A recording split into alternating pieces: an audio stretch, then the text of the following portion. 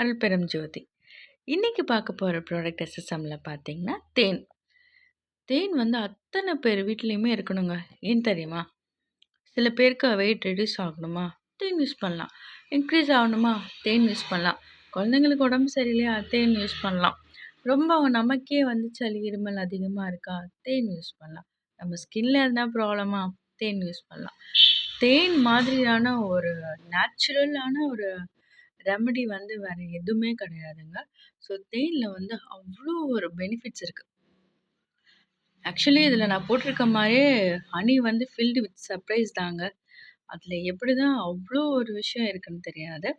தேன்ல பார்த்தீங்கன்னா, இருக்கிற விட்டமின்ஸ் வந்து B1, B2, B3, B5, B6, C, E அதில இருக்கிறது அயோடின், கால்சியம், அயர்ன் இருக்கும், sodium, magnesium, chlorine, potassium, calcium, lactic acid, citric ஆசிட்ன்னு சொல்லிட்டே போலாங்க.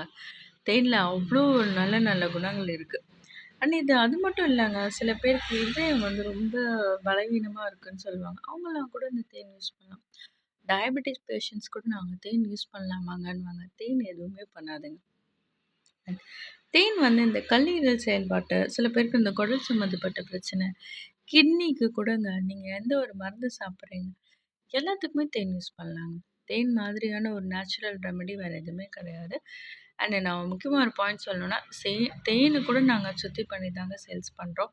ஸோ இது ரொம்ப ஆர்கானிக்கான மலை தேன் தான். வாங்கணும்னு இன்ட்ரெஸ்டடா இருக்கவங்க எங்கள கான்டாக்ட் பண்ணுங்க. Always buy organic. Be happy. Thank you so much.